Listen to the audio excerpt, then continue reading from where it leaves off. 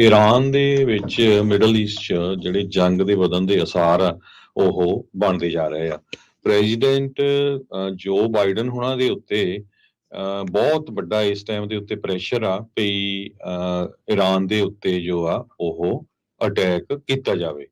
ਤੇ ਬਾਈਡਨ ਹੁਣ ਕੀ ਕਰਦੇ ਆ ਉਹ ਆਪਾਂ ਤੁਹਾਡੇ ਨਾਲ ਡਿਸਕਸ ਕਰਦੇ ਹਾਂ, ਕਿਉਂਕਿ ਪਿਛਲੇ 2 ਦਿਨ ਪਹਿਲਾਂ ਈਰਾਨ ਦਾ ਜੋ ਇੱਕ ਡਰੋਨ ਸੀ ਉਹ USA ਦੇ ਜਿੱਥੇ ਟਰੂਪਸ ਇੰਸਟਾਲਡ ਹੈਗੇ ਆ ਇਰਾਕ ਦੇ ਵਿੱਚ, ਉੱਥੇ ਐਂਟਰ ਕਰ ਗਿਆ ਸੀ ਤੇ ਉੱਥੋਂ ਉਸਨੇ ਜਿਹੜੇ ਆ 3 ਜਾਣਿਆਂ ਦੀ ਮੌਤ ਵੀ ਹੋਈ ਹੈਗੀ ਹੈ। ਜਾਰਡਨ ਚ ਐਕਚੁਅਲੀ ਹੋਇਆ ਸੀ, ਜਾਰਡਨ ਤੇ ਜੋ ਸੀਰੀਆ ਤੇ ਇਰਾਕ ਆ ਉਹਦੇ ਬਾਰਡਰ ਦੇ ਉੱਤੇ।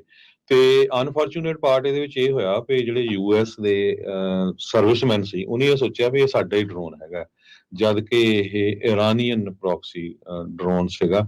ਤੇ ਅੰਦਰ ਆ ਕੇ ਉਸਨੇ 3 ਜਿਹੜੇ ਅਮਰੀਕਨ ਸਰਵਿਸਮੈਨ ਮੈਂਬਰ ਆ ਫੌਜੀ ਆ ਉਹ ਜਾਰਡਨ ਦੇ ਵਿੱਚ ਮਾਰ ਦਿੱਤੇ। ਤੇ ਉਹ ਤੋਂ ਬਿਨਾਂ ਕੁਛ ਜਿਹੜੇ ਫੌਜੀ ਆ ਉਹ ਫੱਟੜ ਵੀ ਹੋਏ ਹੈਗੇ ਆ। ਕਹਿੰਦੇ ਵੀ ਜਿਹੜਾ 에ਅਰ ਡਿਫੈਂਸ ਟਾਵਰ 22 ਆ ਉਸ ਨੂੰ ਇਹ ਕ੍ਰਾਸ ਕਰਕੇ ਡਰੋਨ ਆਇਆ ਸੀ। ਵਾਲ ਸਟਰੀਟ ਜਰਨਲ ਨੇ ਇਹ ਰਿਪੋਰਟ ਜਿਹੜੀ ਆ ਕਨਫਰਮ ਕੀਤੀ ਹੈਗੀ ਆ। ਪ੍ਰੈਜ਼ੀਡੈਂਟ ਜੋ ਬਾਈਡਨ ਹੁਣੀ ਕਹਿੰਦੇ ਆ ਵੀ ਅਸੀਂ ਹੁਣ ਜੋ ਇਰਾਨੀਅਨ ਬੈਕਡ ਮਿਲੀਟੈਂਟਸ ਹੈਗੇ ਆ ਮਿਡਲ ਈਸਟ ਦੇ ਵਿੱਚ ਜਿਨ੍ਹਾਂ ਦੇ ਰਾਹੀਂ ਇਹ ਅਟੈਕ ਹੋਇਆ ਹੈਗਾ ਉਹਨਾਂ ਦੇ ਉੱਤੇ ਐਕਸ਼ਨ ਜ਼ਰੂਰ ਲਵਾਂਗੇ, ਇਹ ਉਹਨਾਂ ਨੇ ਵੀਕਐਂਡ ਦੇ ਦੌਰਾਨ ਦੱਸਿਆ ਹੈਗਾ। ਰਿਪਰੈਜ਼ੈਂਟੇਟਿਵ ਮਾਈਕ ਵਾਲਜ਼ ਜੋ ਰਿਪਬਲਿਕਨ ਆ ਫਲੋਰੀਡਾ ਤੋਂ, ਉਹਨਾਂ ਨੇ ਸਰਵ ਕਰਦੇ ਆ ਹਾਊਸ ਆਰਮ ਸਰਵਿਸ ਫੋਰਨ ਅਫੇਅਰ ਤੇ ਇੰਟੈਲੀਜੈਂਸ ਕਮੇਟੀ ਦੇ ਉੱਤੇ। ਤੇ ਉਹਨਾਂ ਨੇ ਇਹ ਕਿਹਾ ਆ ਵੀ ਇਹ ਮੈਸੇਜ ਕਲੀਅਰ ਹੋਣਾ ਚਾਹੀਦਾ ਆ ਈਰਾਨ ਨੂੰ ਵੀ ਅਸੀਂ ਇਸ ਦਾ ਜਿਹੜਾ ਬਦਲਾ ਆ ਉਹ ਲਵਾਂਗੇ ਤੇ ਕੋਈ ਵੀ ਸਾਡੇ ਫੌਜੀਆਂ ਦੇ ਉੱਤੇ ਅਟੈਕ ਕਰਨ ਵਾਲਾ ਬਚ ਨਹੀਂ ਸਕਦਾ ਹੈਗਾ। ਪਰ 34 ਦੇ ਕਰੀਬ ਅਮਰੀਕਨ ਫੌਜੀ ਜਿਹੜੇ ਆ ਉਹ ਫੱਟੜ ਹੋਏ ਆ। 8 ਜਾਣਿਆਂ ਨੂੰ ਇਵੈਕੂਏਟ ਕੀਤਾ ਗਿਆ ਜਾਰਡਨ ਤੋਂ ਤੇ 3 ਜਾਣਿਆਂ ਦੀ ਜਿਹੜੀ ਆ ਮੌਤ ਹੋਈ ਹੈਗੀ। ਜੀ ਬਿਲਕੁਲ, ਸੋ ਇਹ ਬੜੀ ਮੰਦਭਾਗੀ ਗੱਲ ਜਿਹੜੀ ਇਹ ਵਾਪਰੀ ਸੀਗੀ ਵੀਕਐਂਡ ਦੇ ਦੌਰਾਨ। ਤੇ ਹੁਣ ਬਾਈਡਨ ਹੁਣਾਂ ਤੇ ਕਾਫੀ ਜ਼ਿਆਦਾ ਦਬਾਅ ਹੈਗਾ। ਬਾਈਡਨ ਹੁਣਾਂ ਨੇ ਪਹਿਲਾਂ ਹੀ ਹੋਰ ਵੀ ਕਈ ਮਸਲਿਆਂ ਦੇ ਵਿੱਚ ਜਿੱਦਾਂ ਇਮੀਗ੍ਰੇਸ਼ਨ ਤੇ ਹੋਰ ਚੀਜ਼ਾਂ ਦੇ ਵਿੱਚ ਘਿਰੇ ਨਜ਼ਰ ਜਿਹੜੇ ਉਹ ਆ ਰਹੇ ਆ।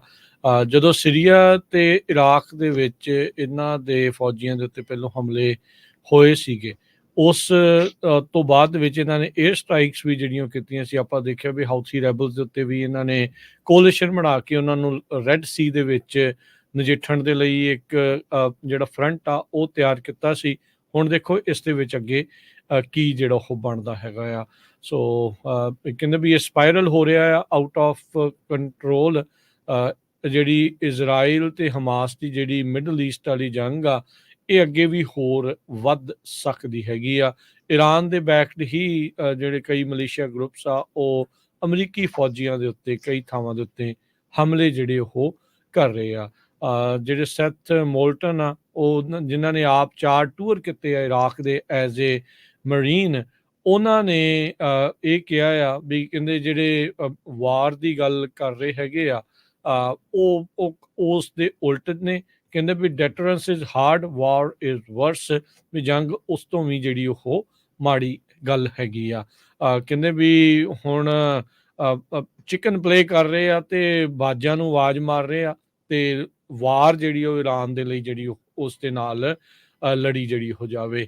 ਇਲੈਕਸ਼ਨ ਈਅਰ ਆ, ਇਕੋਨਮੀ ਦਾ ਮੁੱਦਾ, ਯੁੱਧ ਦਾ ਮੁੱਦਾ, ਆਰਮੀ ਦੇ ਜਿਹੜੇ ਫੌਜੀਆਂ ਦਾ ਮਰ ਜਾਣਾ, ਇਸ ਤਰੀਕੇ ਦੇ ਨਾਲ ਉਹਨਾਂ ਦੇ ਉੱਤੇ ਹਮਲੇ ਹੋਣੇ, ਇਹ ਬਹੁਤ ਜ਼ਿਆਦਾ ਇਸ ਟਾਈਮ ਬਾਈਡਨ ਹੁਣਾਂ ਦੇ ਉੱਤੇ ਜਿਹੜਾ ਉਹ ਦਬਾਅ ਹੋਊਗਾ। ਜਿਹੜੇ ਡਿਫੈਂਸ ਸਕੱਤਰ ਆ ਰੀਸੈਂਟਲੀ ਆਪਣਾ ਇਲਾਜ ਕਰਾ ਕੇ ਦੁਬਾਰਾ ਛੁੱਟੀ ਦੇ ਉੱਤੇ ਬਾਹਰ ਆਏ ਨੇ ਹਸਪਤਾਲ ਤੋਂ, ਉਹਨਾਂ ਦਾ ਕੀ ਜਿਹੜਾ ਹੁਣ ਤੇ ਪ੍ਰੈਜ਼ੀਡੈਂਟ ਬਾਈਡਨ ਦਾ ਜਿਹੜੇ ਕਮਾਂਡਰ ਇਨ ਚੀਫ ਆ ਉਹਨਾਂ ਦਾ ਕੀ ਹੋਊਗਾ ਦੇਖਣ ਵਾਲੀ ਗੱਲ ਆ। ਈਰਾਨ ਨੂੰ ਰੀਸੈਂਟਲੀ ਇਹ ਵੀ ਜਿਹੜਾ ਜ਼ਿਕਰਯੋਗ ਗੱਲ ਆ ਹਰਜੋਤ ਸਿੰਘ ਜੀ, ਵੀ ਕੁਝ ਹੌਸਟੇਜਸ ਛੱਡਣ ਦੇ ਲਈ, ਅਮਰੀਕੀ ਹੌਸਟੇਜਸ ਛੱਡਣ ਦੇ ਲਈ ਪ੍ਰਿਜ਼ਨਰ ਸਵਾਪ ਦੇ ਨਾਲ ਕਈ ਡਾਲਰ, ਮਿਲੀਅਨਸ ਤੋਂ ਬਿਲੀਅਨਸ ਆਫ ਡਾਲਰ ਜਿਹੜੇ ਆ ਉਹਨਾਂ ਦੇ ਅਨਫਰੀਜ਼ ਵੀ ਕੀਤੇ ਗਏ ਸੀਗੇ।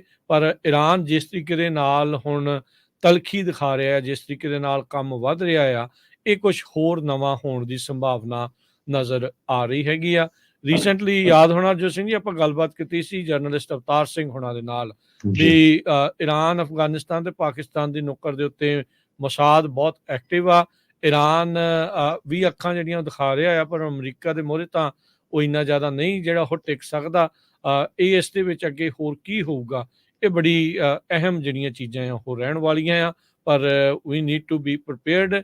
ਰੀਸੈਂਟਲੀ ਲੋਕਾਂ ਨੇ ਹਰਜੋਤ ਸਿੰਘ ਜੀ ਇਹ ਵੀ ਇੱਕ ਥਿਊਰੀ ਪੇਸ਼ ਕੀਤੀ ਆ, ਜਿਸ ਵਿੱਚ ਉਹਨਾਂ ਨੇ ਕਿਹਾ ਵੀ ਜਿੱਦਾਂ ਨੇਵੀ ਵਾਲਿਆਂ ਨੇ, ਆਰਮੀ ਵਾਲਿਆਂ ਨੇ ਜਿਹੜੀ GED ਰਿਕੁਆਇਰਮੈਂਟਸ, ਹਾਈ ਸਕੂਲ ਵਾਲੀਆਂ ਜਿਹੜੀਆਂ ਥੋੜ੍ਹੀਆਂ ਪੜ੍ਹਾਈ ਵਾਲੀਆਂ ਰਿਕੁਆਇਰਮੈਂਟ ਸੀ, ਉਹਨਾਂ ਨੂੰ ਵਾਪਸ ਜਿਹੜਾ ਉਹ ਲੈ ਲਿਆ ਆ, ਉਹ ਹਟਾ ਦਿੱਤੀਆਂ ਗਈਆਂ ਆ, ਤਾਂ ਜੋ ਵੱਧ ਤੋਂ ਵੱਧ ਲੋਕਾਂ ਨੂੰ ਈਜ਼ੀਲੀ ਜਿਹੜਾ ਆ ਇਸ ਦੇ ਵਿੱਚ ਭਰਤੀ ਕੀਤਾ ਜਾ ਸਕੇ। ਕਈ ਲੋਕ ਇਸ ਵੱਲ ਨੂੰ ਆਪਣੀਆਂ ਥਿਊਰੀਜ਼ ਦੇ ਹਿਸਾਬ ਦੇ ਨਾਲ ਇਸ਼ਾਰੇ ਕਰ ਰਹੇ ਆ ਵੀ ਆਪਾਂ ਜਿਹੜਾ ਵਾਰ ਵੱਲ ਨੂੰ ਜਿਹੜਾ ਉਹ ਵੱਧ ਸਕਦੇ ਆ।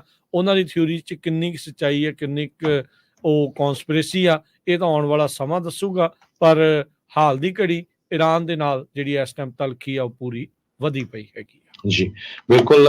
ਇਹ ਵੀ ਸਰੋਤਿਆਂ ਨੂੰ ਦੱਸਦੇ ਜਾਈਏ ਕਿ ਜਿਹੜੀਆਂ ਅਮਰੀਕਨ ਫੋਰਸਿਸ ਆ ਉਹਨਾਂ ਦੇ ਉੱਤੇ ਮਿਡਲ ਈਸਟ ਏਰੀਏ ਦੇ ਵਿੱਚ 150 ਤੋਂ ਵੱਧ ਵਾਰੀ ਈਰਾਨ ਬੈਕਡ ਜੋ ਮਿਲੀਟੈਂਟਸ ਆ ਜਾਂ ਫੋਰਸਿਸ ਆ ਉਹਨਾਂ ਵੱਲੋਂ ਅਟੈਕ ਹੋ ਚੁੱਕਾ ਆ, ਇਰਾਕ 'ਚ, ਸੀਰੀਆ 'ਚ, ਜਾਰਡਨ 'ਚ ਤੇ ਆਫ ਦਾ ਕੋਸਟ ਆਫ ਯੈਮਨ ਇੱਥੇ ਹੋ ਚੁੱਕਾ ਆ। ਇਸ ਤੋਂ ਬਾਅਦ ਹੁਣ ਰਿਪਬਲਿਕਨ ਪਾਰਟੀ ਦੇ ਜੋ ਮੈਂਬਰਸ ਹੈਗੇ ਆ ਉਹਨਾਂ ਨੇ ਪ੍ਰੈਜ਼ੀਡੈਂਟ ਬਾਈਡਨ ਉਹਨਾਂ ਨੂੰ ਇਹ ਕਿਹਾ ਆ ਕਿ ਤੁਸੀਂ ਤਾਂ ਸਾਡੀਆਂ ਜਿਹੜੀਆਂ ਫੌਜਾਂ ਆ ਉਹਨਾਂ ਨੂੰ ਸਿਟਿੰਗ ਡਕਸ ਬਣਾ ਕੇ ਰੱਖਿਆ ਹੋਇਆ, ਵੀ ਬਤਖਾਂ ਵਾਂਗ ਬਣਾ ਕੇ ਰੱਖਿਆ ਆ, ਤੇ ਕਿਸੇ ਟਾਈਮ ਵੀ ਉਹਨਾਂ ਦੇ ਉੱਤੇ ਡਰੋਨ ਜਾਂ ਮਿਜ਼ਾਈਲ ਦੇ ਨਾਲ ਅਟੈਕ ਹੋ ਸਕਦਾ ਹੈਗਾ ਆ। ਸੋ ਜੋ ਕੁਝ ਇਸ ਐਤਵਾਰ ਨੂੰ ਵਾਪਰਿਆ ਹੈਗਾ, ਸੈਨੇਟਰ ਟੌਮ ਕਾਟਨ ਹੁਣੀ ਜਿਹੜੀ ਸਟੇਟਮੈਂਟ ਦਿੱਤੀ ਆ ਉਹ ਤੁਸੀਂ ਸ਼ੇਅਰ ਕਰ ਹੀ ਚੁੱਕੇ ਆ। ਸੋ ਮਿਡਲ ਈਸਟ ਦੇ ਵਿੱਚ ਜਿਹੜਾ ਜੰਗ ਵਾਲਾ ਮਾਹੌਲ ਆ ਉਹ ਬਣਦਾ ਜਾ ਰਿਹਾ ਹੈ।